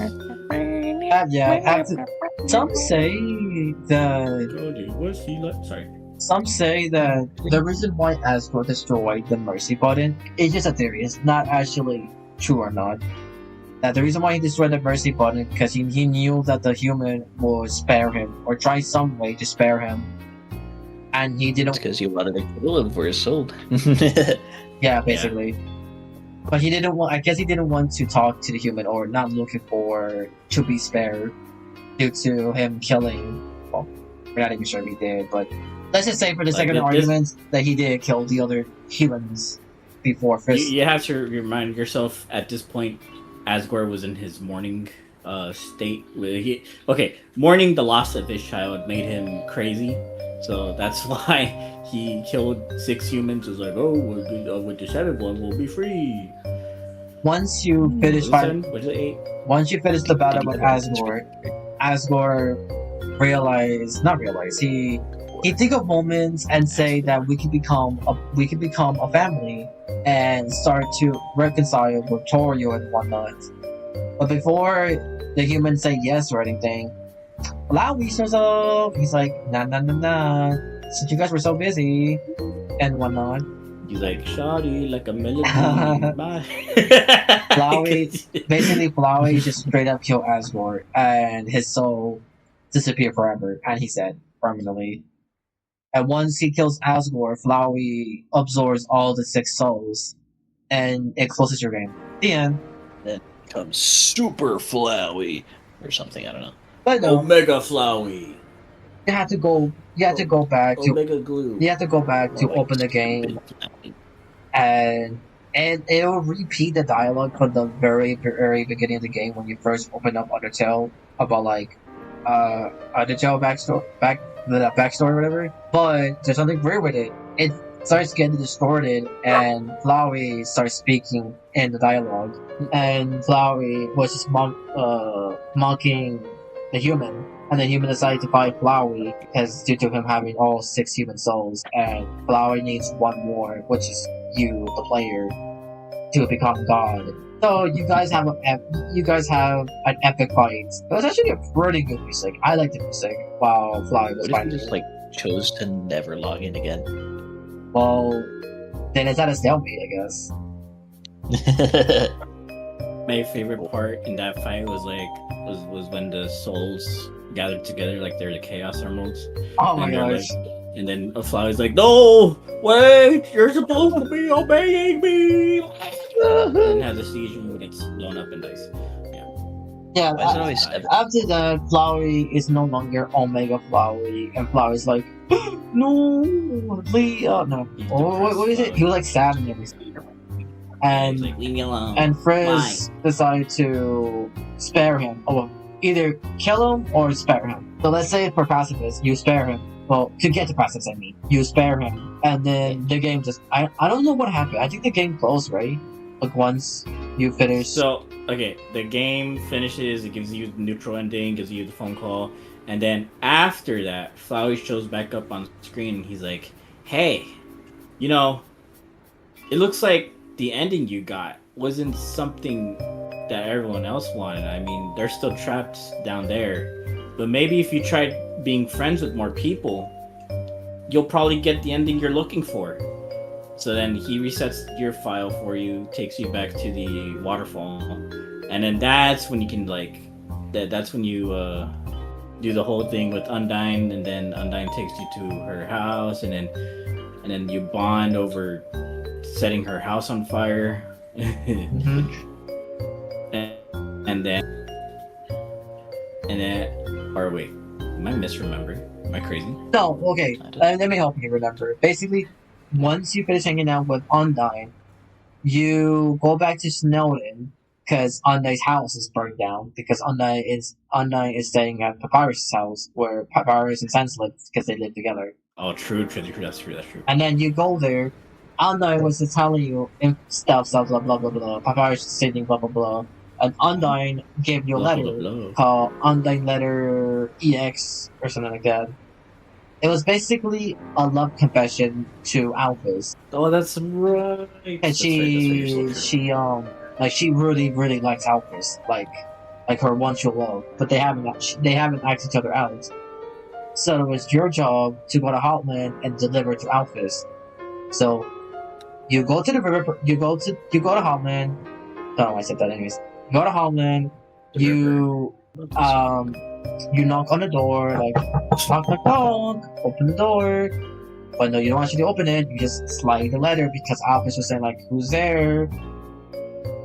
And before Alphys can say anything, you just slide it in. And Alphys was reading, and Alphys like, "Oh my gosh, wow!" And then Alphys opened the door, and Alphys thought that you were the one that was confessing to Alphys and have like love interest to Alphys. I don't remember if we explained that no, it's not us, it's actually Undyne. You don't get a chance to because Alphys just assumes. So then you end up going on a date with Alphys. Yeah, like you go on a date with Alphys, and during the date, in the middle of the date, Undyne shows up, and Alphys like, "Oh, what's going on?" And Undyne was like, what? And then that's where Undyne starts explaining like her love towards Alphys, and Alphys is saying like she felt the same way. And then for some reason Papyrus shows up to make her exercise. To make sure that it's PG rated and there's no sloppy toppy lesbian kissing scene. Yeah. Well, After no wonder they cut him from the game. after Alphys left with Papyrus to exercise together, Undyne was asking the human like, "Hey, is Alphys telling the truth about anime? Is anime real?" I had to write that when I saw that dialogue or having the option to say yes, anime is real. It's really funny. You think we'll get a Dark World in Sans house so we'll be able to meet like Pete? Maybe. Iris. I don't know. True. Anything can happen. You know, I have a sneaking suspicion that Papyrus is gonna be the last person to be shown because, like, I don't know if you guys noticed, but wait, I'm getting off topic. We're not even. You really are talking about Delta in some ways. It's really crazy how you keep talking about it. Anyway, let's go. It's kind of hard to. It's kind of hard to dismiss. Don't worry. Let me do the talking. Trust me, I don't. Pardon me. I'll shut my mouth up. Goddamn. Okay. This is my episode. I do what I want. Okay, bro. It is though. Anyways, you know what? Get out. back to what I'm saying. After you tell her that anime is real, Andai starts freaking out and blah blah blah. Once the day is finished, you go inside Hotland and there's a letter on the floor right in front of quotation restroom. And I don't know what the letter said. I guess the letter says something about the True Lab and blah blah blah blah. You don't even know what that means yet. Then you go into the restroom, quotation, but it's actually not the restroom. It's some kind of code that you go to the True Lab. We don't know that yet, but I'm just saying for the sake of storytelling. You press it, and then you start falling down. Like, oh my gosh, no, emergency alert, no, I'm gonna die. And then you fall down. And once you reach there, everything is so gloomy, like something really bad happened there. And, so gloomy. And as your adventure goes on, like you see monsters, but the weird thing about them is that they're not normal. It's like they're fused together, like sticky, like fused together permanently. Like some sort of amalgamation. Yeah, basically. That's what they are. Amalgamation. Fake ass laugh.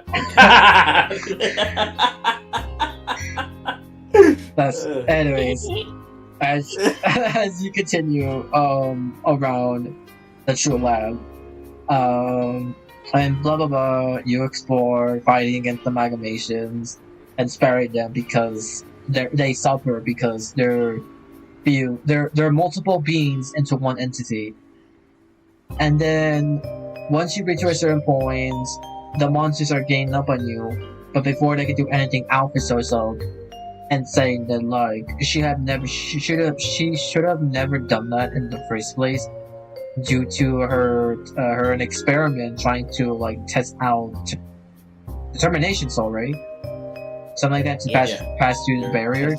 But every single she wasn't the original owner of the True Lab. I was gonna say we will say that later. But not to say now. Bro. During the dialogue, I don't think she said this, but like, let's just say she did. She mentioned that. No, like, did she say that like she wasn't the first royal scientist? Yeah, she said she. To summarize things so that I remember word for word, but she said that she was under a lot of pressure because of what the previous royal scientist left for her. Because she wanted to impress Asgore.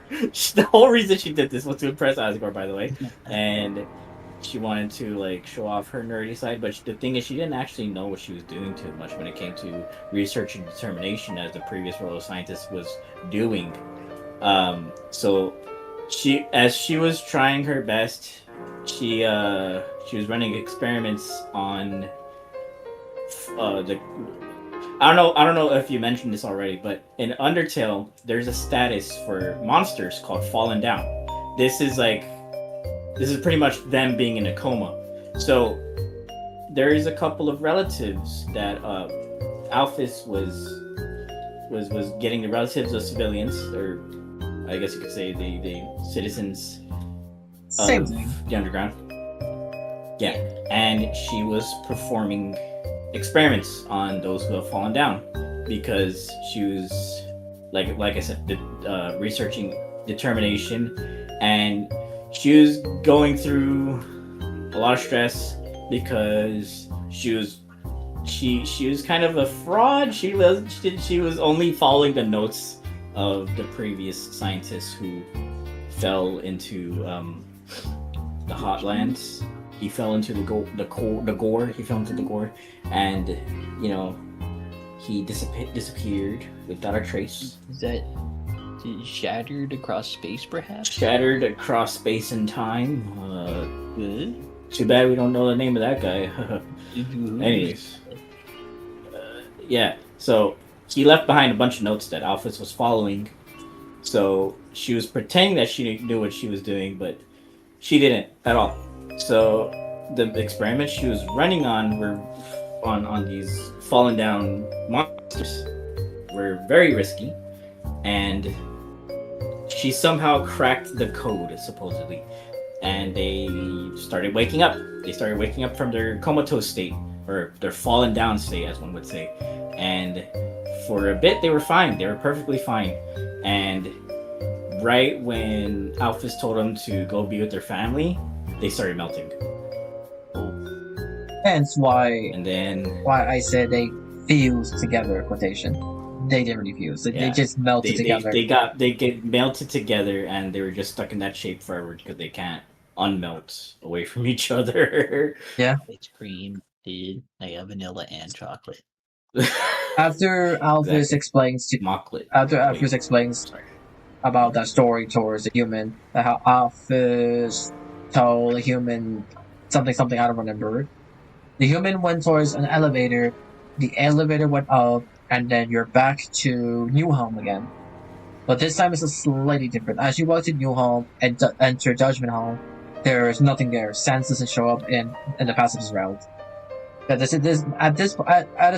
this point now that we're talking during the story, we're in the Pacifist route. Hence why Undying and Alphys can finally confess their love to each other.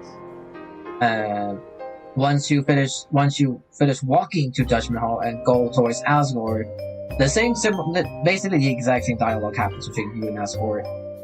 But the difference was that before Asgore can destroy your mercy button, a ball of fire appears and hits Asgore. Like, whoop, zoom, get out of my sight. And Toriel came in saying, what a disgusting, horrible creatures, talking to a child like that. And then Asgore also didn't expect Toriel to even show up at all, because it's been like forever since they have spoken to each other. And after they were talking for a bit, more monsters shows up, the ones that we're familiar with. Sans, Papyrus, Undyne, Alphys, even Benetton was there for some reason. And after they were catching up, Papyrus was Alphys was asking Papyrus, saying, How do you know to meet us all over here? Papyrus said, Well, they actually came to save you from fighting Asgore. Yeah, but Alphys was wondering, like, how do you know, like, this will happen or something like that? And Papyrus was, like, mentioning that, like, a little flower told me. A little flower told me. Yep. And she's like, a little flower? What? And then Flowey immobilized every single one of them, and they can't get out. And Flowey was just taunting, saying, I'm like, oh my gosh, you're all here? And all the souls are here? Like, of the 7 human souls? Since at that point, they're at the barrier, like the same way the neutral realm was going to happen, but it's not because it's pacifist. After that, Flowey tried to kill you so that he can take your soul, but your friends, the friends that you make along the way, start to defend you against him when you were at 1 HP. And Flowey starts getting irritated, and more monsters are showing up, like Monster Kid. Fortunately for Flowey, yeah, like as more monsters are showing up, Flowey starts getting irritated, and then he's like, you know what? I'm gonna take all your souls. So he absorbs every single soul, or at least that's what I think. I don't know. And once he did that, he reverts back to his actual form as the prince, and he addresses himself that he's Azrael Dreamer, the son of Asgore Toriel. And once he turned to his hyper god dev, I feel like it's called something else. I feel like that name is something else. Let me look it up. Azrael. That's literally what he calls himself. But in the boss title reveal, it's just Azrael Dreamer. It's actually the absolute god of hyper dev. Interesting name. Yeah. Oh, I got one word right. Anyways, that's what he called himself, and he turns into that form. And after that, it's a really good OST once you were fighting Azure Dreamer. It was a really fun OST. And if you did die during his fights, you actually don't die. Your soul refuses to die and keep fighting him until you win. What is it? Spoiler alert, what the hell? What do you mean? No, sometimes people... Not even spoiler. That happened. Yeah, bro. What the freak? That literally happens. Someone dies that early. is where I'm at. Undertale, man. What the hell? Anyways, for like the many times I keep saying that, at a certain point, Azure is frustrated because he realized that the human has that much determination. So Azrael turns into his final form, where once he turns into his final form, you couldn't move, like, at all, and Azrael starts pulling the hell out of you. Starts pulling the fuck out of you. And then he thinks like nobody's gonna save them. And so your friends, during the barrier, like Sans, Papyrus, Undyne, Alphys, Torio, and Asgore were there. You had to help them break free out of the illusions, right? Like help them. Right? That's what it was. I'll say. Yeah. You reach into their souls. Yeah, into their souls. And remind them of who they are, so that they can help you and detach themselves from Flowey. Azrael. Spoilers, bro. Mr. Asriel Dreamer. And once you rescue every single of the soul, there's in the dialogue during the option to say one more else, it says to the player that you can save one more person, and that person is actually him, Azrael. And Azrael's like, "No, you can't save me. No, let me win." And starts preparing his final flash at you, and starts. Final flash. He did that, and your soul starts going to decimals, like refusing to die. And Azrael ended up losing the fight. And he was just saying, like, "I'm sorry that I did this," and whatnot. So he decided to. The first thing he did was break the barrier with all the souls that he has for the humans and the monster souls. Once he break the barrier, Azrael was saying that about how he hates being a flower and how sorry he was, and he asks the human what's their name, and the human tells Azrael that their name is Frisk. And Azrael asks for forgiveness, and they say yes. Azrael asks for it gives you an option to hug him, and you do. You hug him. Azrael needed that, and after that, Azrael walks away, and you wake up, like in some kind of dream. Once you wake up, Undyne, Alphys, Sans, Papyrus, Torio, and Asgore were there waiting for you to wake up. Once you wake up, you are finally able to escape the underground with everyone with it, and you finally reach to the surface. Once you reach to the surface, everyone was admiring the sun and how beautiful it is compared to the underground. And during the end credits, you see the characters what it's like for them to experience the outside world. And that's the story. And then it ends, and Flowey was telling me "Hey, please do not reset the timeline. We all got what we wanted," and tells you to don't reset. It's begging you to don't reset. And Flowey tells you to fuck off and leave Frisk alone. Yeah, and then Flowey. And then this is where you do the genocide run. I'll let Kirohan explain the genocide routes this time. Well, it's not that hard to explain. I mean, everything that you did in the pacifist run, you're gonna go ahead and undo by 1, starting a new file. 2, bullying the fuck out of Flowey by rage baiting him and not touching his friendliness pellets. That's optional, but it's funny to do anyways. And then it is mandatory, so that you can truly prove to him that you are the genocider. And then I am the one who knocks. I'm not in danger. I am the danger. So you go around killing everything and everybody. The thing is, though, for it to truly be a genocide route, you need to quite literally kill everything in the area before you proceed. And then at some point, you're gonna have a little demon that talks to you in titles that is gonna tell you how many people left alive that you gotta kill. And it's horrible. It's sad, and it is the hardest thing ever, and it's so cool.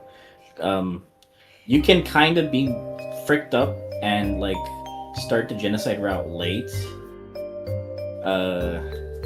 Like you could just be like, oh la di da di da, I'm going to the ruins without killing anyone, and as this is the most messed up way to start the genocide route. So you can proceed as normal, and then once you head to tutorial and you get a fighter, you do the whole mercy thing where you gotta show her some mercy, and then right when she's at her vulnerable list, you can one-shot her when you hit the fight button. Damn. Like if you land it. If you land it, you one-shot her, and then she tweaks out before she dies, and it's like it's pretty harrowing to see, especially the sprite face she gets, because like she laughs, like she gives like a crazy laugh before she turns into dust. It's so messed up, dude. That is crazy. Yeah. And everyone that you pretty much worked your ass off to become friends with, you're gonna murder in like the most cold blood way ever. Pardon my French. And yeah, no, it's a very it's like putting extreme difficulty in Undertale. I actually never did it because I'm a bitch and I didn't want to go through all that. Plus fighting Sans and Undying. Hell no, I'm good. You know something silly I just kind of realized? What's up? Genocide route, you have to kill everyone. I like to imagine that the secret bosses are just kind of wandering around like, where's everybody? The only guys left on the... There's actual... what's the word? They actually do acknowledge that. Do they? Mm-hmm. Yeah, kind of. Like, Alphys is working her hardest behind the scenes to evacuate everyone away from you. Which, I mean, she doesn't really do that good of a job. I can't really blame her, because, I mean, you're seeking people to kill. You're a very fucked up little child. There is one thing. You don't actually kill everyone, you just kill all the mobs that you can come across in the game. But, like, yeah. One thing for sure, if you were to go to the shops, like in Snowden, like go to the shop for the money, you actually don't see it. She will literally tell you, please don't kill me and my family, and just take everything that you want from the shop, like for free, without having to pay anything, because she was afraid that her and her family will die to you, and be gone forever. And then you kill it. No, you actually don't. You don't ever. Yeah, she's like one of the only people you can't kill. Yeah, because she literally ran away before you even catch up to her. And during the Snowden, you do the same thing in Ruins. Papyrus shows up. There isn't even no fight with him. Papyrus just straight up just spares you and like tells you that like deep inside of yourself and like to spare him so that you become like the better person.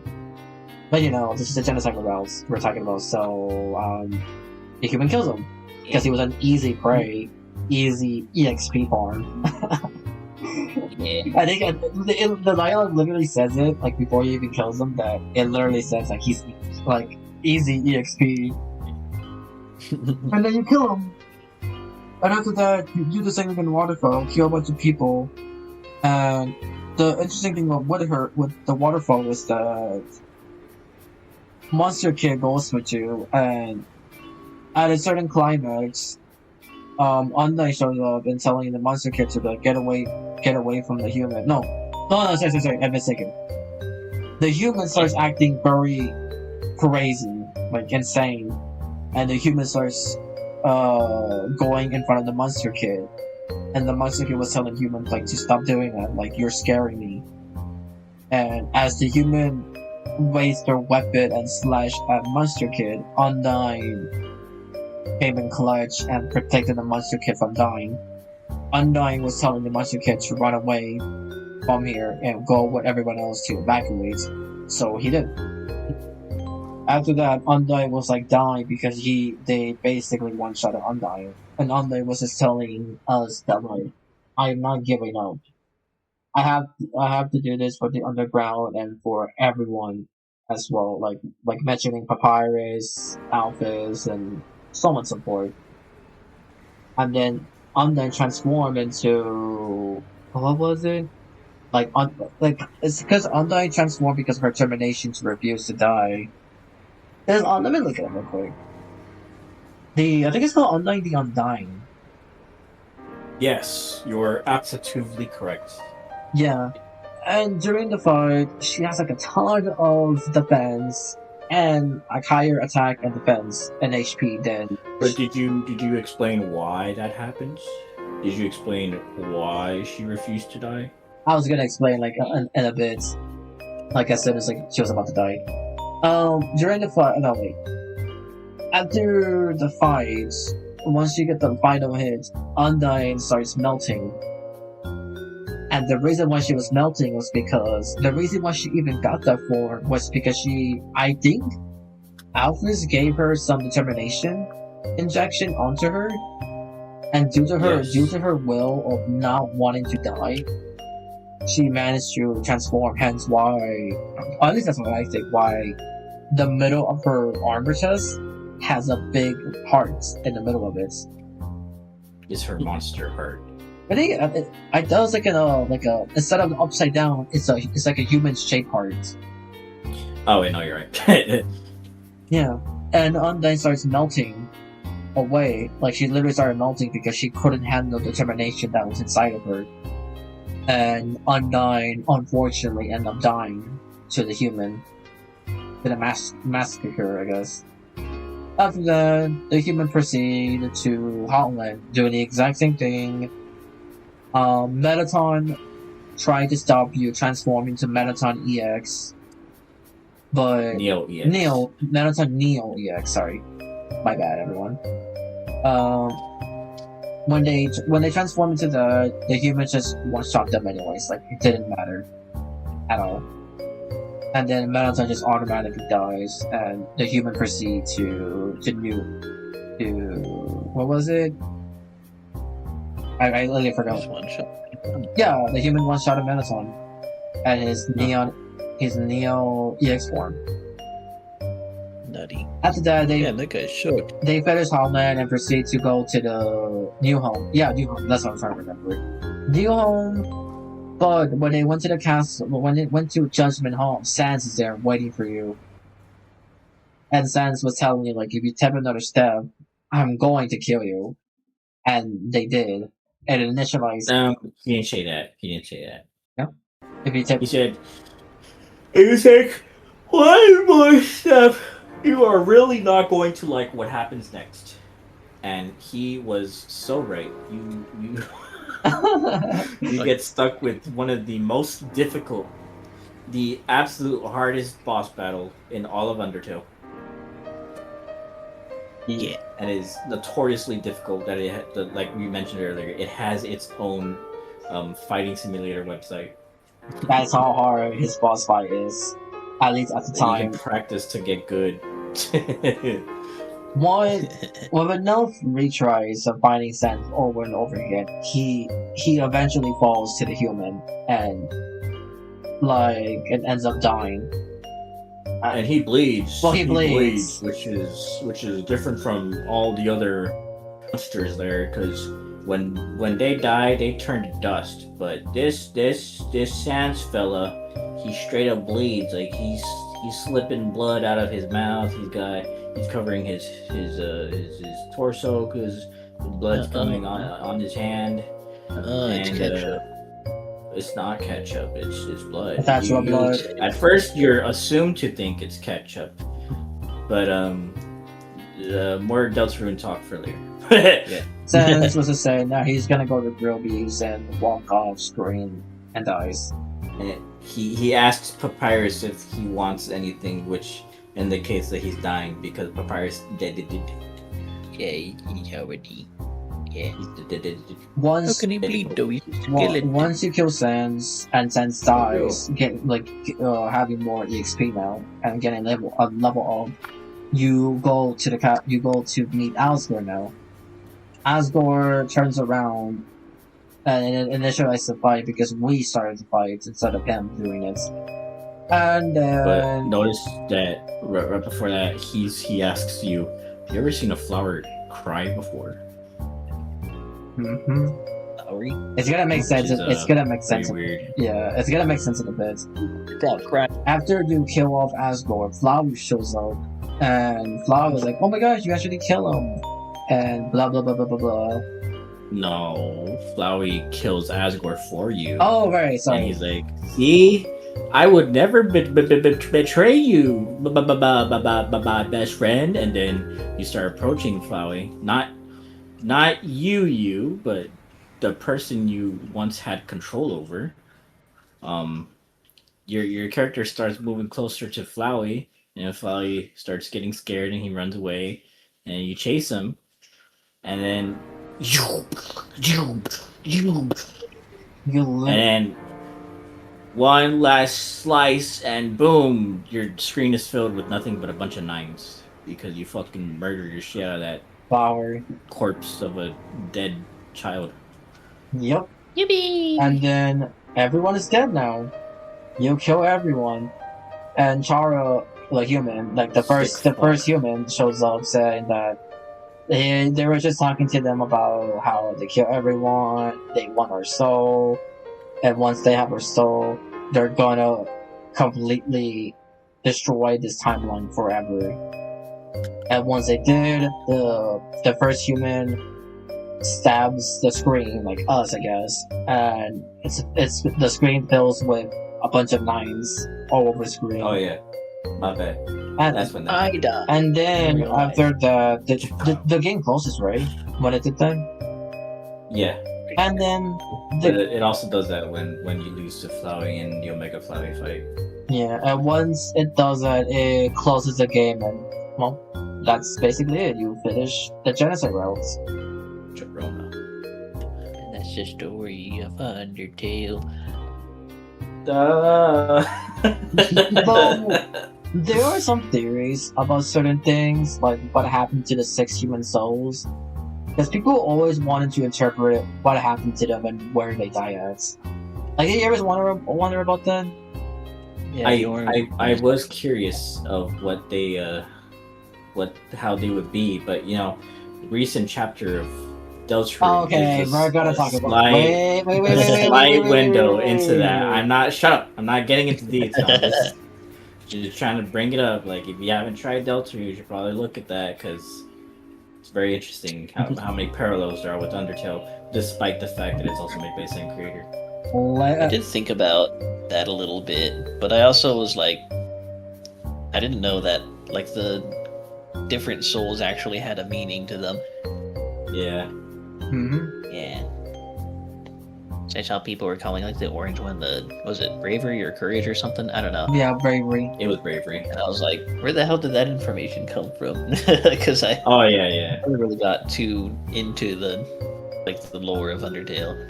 So I actually don't know how I figure out the names. I think someone on the internet was telling us that each of the human souls, that's what their trait was. Like orange for bravery, green for kindness, yellow for justice, purple for... So you find the canon for Undertale online. Got it. I think that's what I remember. I don't remember. I just grew up just learning that. I don't know where I find that out.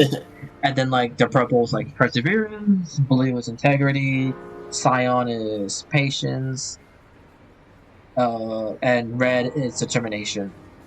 Surprisingly, the red soul, determination, is not an actual soul.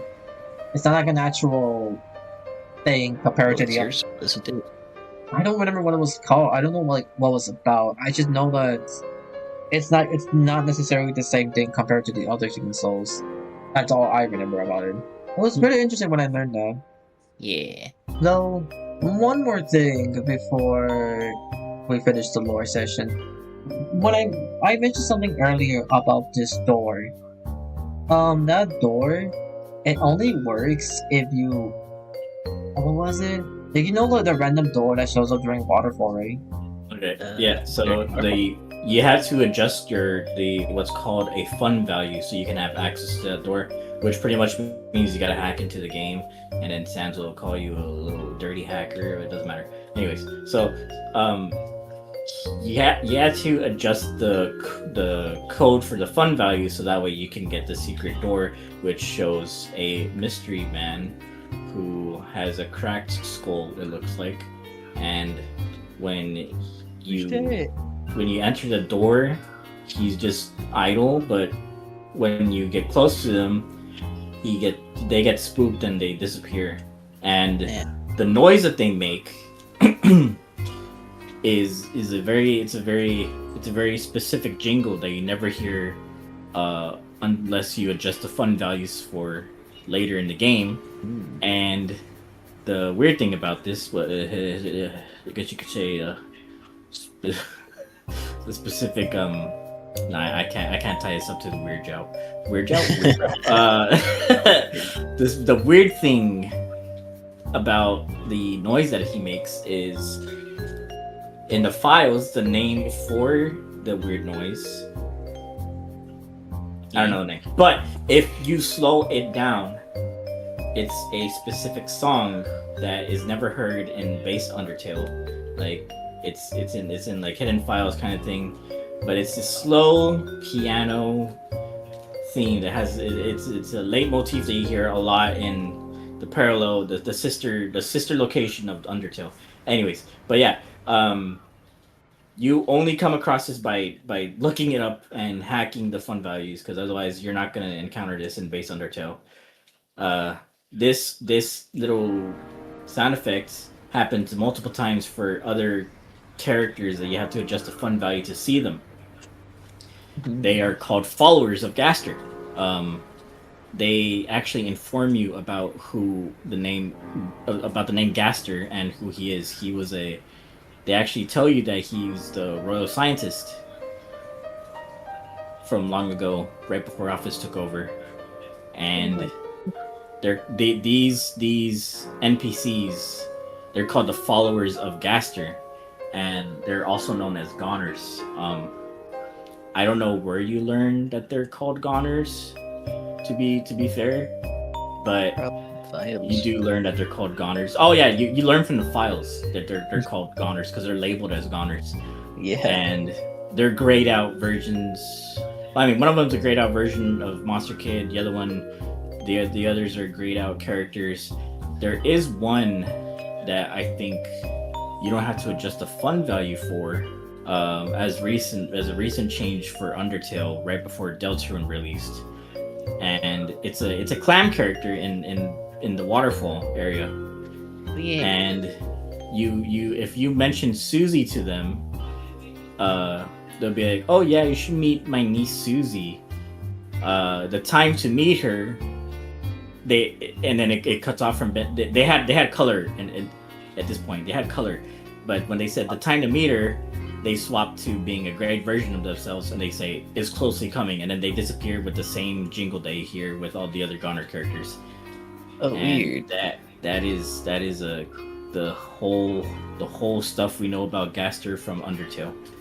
Susie is related to a clam. Susie's related to a clam. It's very interesting. Oh, that is very interesting. But yeah, that clam thing is a recent change. It was not there when Deltarune wasn't out. Huh. Yeah. Well, man, other than what we just learned together, is there something else you want to talk about like what was your favorite theories, or what was something that you always... Let's firstly talk about the elephant in the room known as the music. The music. All right. The music of Undertale is astounding, amazing, and the first time I heard it, I was astonished. I was happy. I was sad. It gives a lot of emotion. There's a lot of emotion behind the music, especially when you're learning about what happened to the Prince of the Underground. Like, the theme song there is the theme song of Undertale in the acoustic guitar.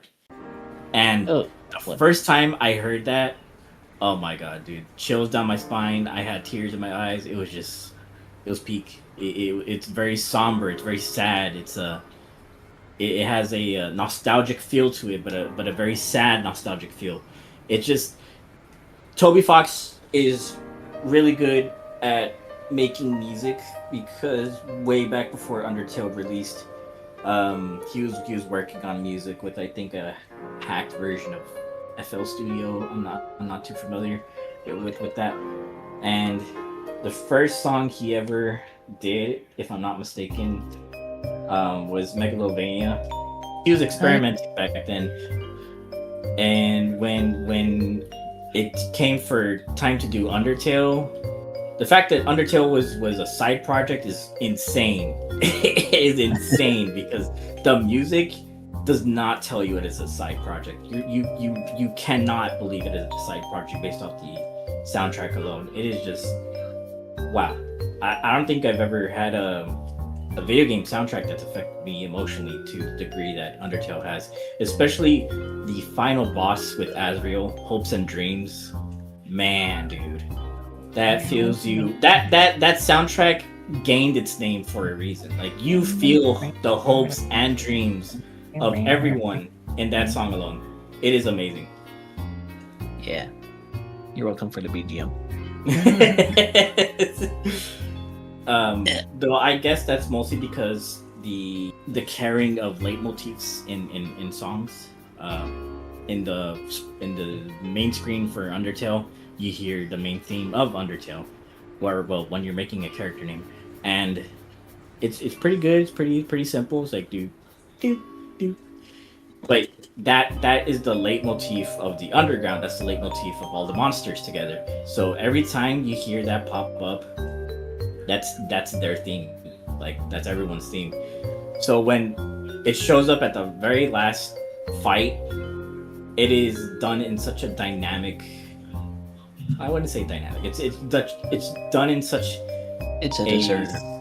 It's like, yeah, it's like Chekhov's gun. Like, they show you the gun. It's a very nice gun, and then later you see someone shooting it. This is Chekhov's boss theme because it is so good. It's so good.